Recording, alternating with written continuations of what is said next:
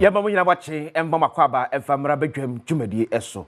Ebra wi se anopen samuro yaboa no yede besomwo ese bedwam kase. Sumade ba ne edimu akotre bi enesem. Enne Ghana ba foto samfo be komra hye film na wakobu afe no emfimfi ehon konta ade akere Ghana ade hye.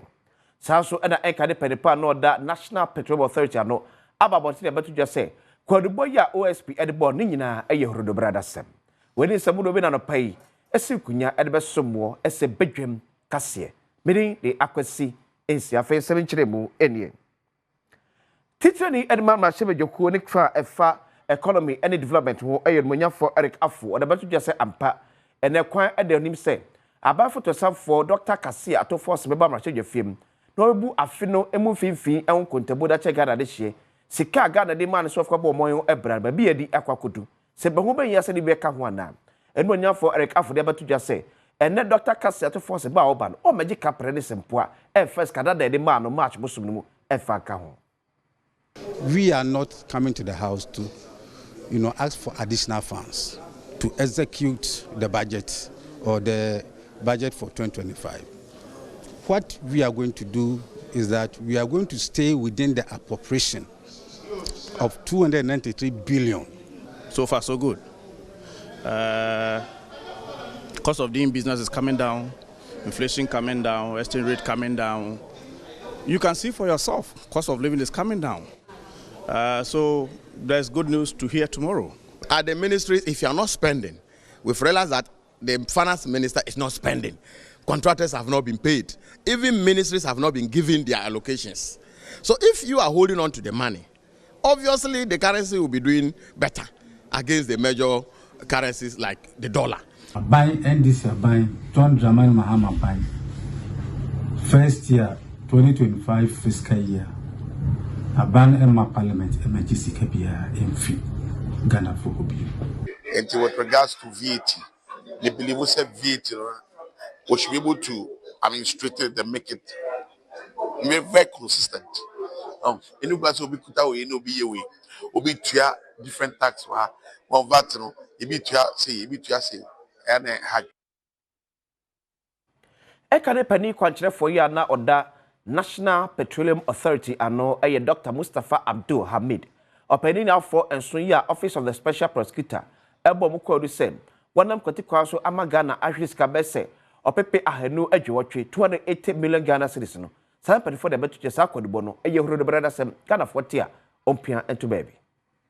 Accra High Court, Criminal Court 3 free.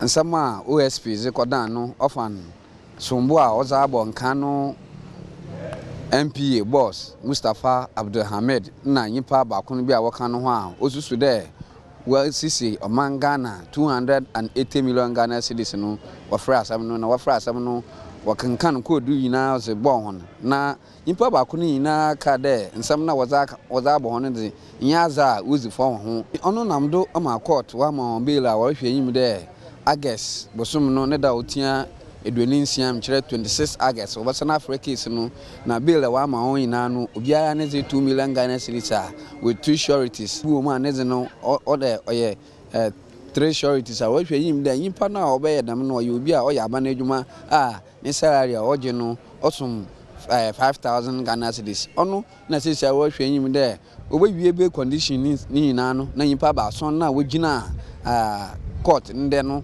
ma da mensami nyina court no wetum akofie na nyame yadoma 26 wetum asana bana wahwe mbre nsam no oboko na ni nyina mu no wazato na yim de da pa na bia bia no ode we call special prosecutor ho no na woze wan ho okọ kire kopim de wobewie asam ni nyina nyama asam no so ye beko de asam nechi nyama adom ahwofo na tiefo wona so ate kojo mensa abrampa na mansebo. Ghana National Association of Teachers and the National Association of Graduate Teachers and Pedifo about the betu just say ba abansa akokofa Parent Teacher Association ko no sade apa schools how do no ebe boy yepa esa say no no e man kwara ntete no eto sne kakra many be wo home no mo we must allow the people themselves to handle the thing.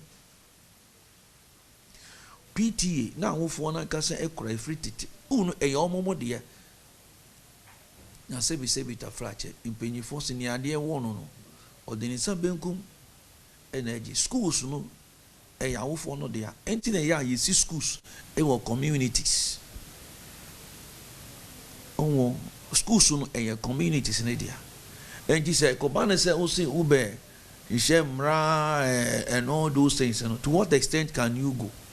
In Konani bi o ye dampi omo school ho na ye ni awo fo no nkan kasa ya ebedumria ye ba be fa no so we school. It is very important institution. We have to do it well. Except PTA phones who say they have to follow rules and regulations if they want to be present in the schools. And to me, yes, a PTA, you are going to do whatever you like. No. You will also have to conform to how the government wants it to be admitted. A woman enye bako, nipa bako na eye. I may be a teacher, but I don't hold the right to education solely. The person may be a headmaster. He does not own the right to educating children solely. Education to succeed is a shared responsibility of all stakeholders. Abanam sini ewo asokore mampo wo mai asante mantemu yonmonya for Ben Abdallah Al-Hassan. Opende abonti de betudwa ese na no basabasa ye siye emeko wi echi kusasa hine ya owo empatamo ipa bonefo bi ekodi na mim no. Everywhere say send the pabonifo no obeto wo nyina esore. Are wo sema si ye e wa soase F-Laya aka ho bia ma ni pabonifo bi akwaje kusasefo he no wa santimantem yankwa efini nsenya ya anamsu bi ya mane Ben Abdallah Al-Hassan ye aban krache pani wa sokore mampoto na mo akoma busuani nyina ya akọ na nkase mu na oka che mabunu nyina se adwobrel. Ma abusuani nyina ya akọ na me ma abusuani nyina hyeden na me ma obia abotre se de abano entwaye yenyina yebenya ye ho abotre mabunu ahia wo hanom ni mpanyifo nyina mema obia abotre obia anka mo down na mpanyifo regional police commander na mpoaso ya escalate matter no so e de akosoro mpanyifo nso so ate nti enye den a me as president anamusini amewa ha no o se me so meba na me be assess situation no na me ho se dey sitie se dey be ya mpanyifo a omo me so me soro no betimi abo omo amane se dey ese na efata Abanso for ye ohwe afisem so onukwe na say mrahwedwani ema de hia owo aswase wo mai asante mantem onmanyafo Muhammad Mubarak mutaka ababonte de betudwa se enano ni pabone sem ye koso ewo aswase meko wiechire kusase ni pabonefo bi ekwaje ni kwa elfirinsem no entwa ye kwa na so mpanefo entrase ye twahan ema sa ni pabonefo yi wonfa wotri endidim.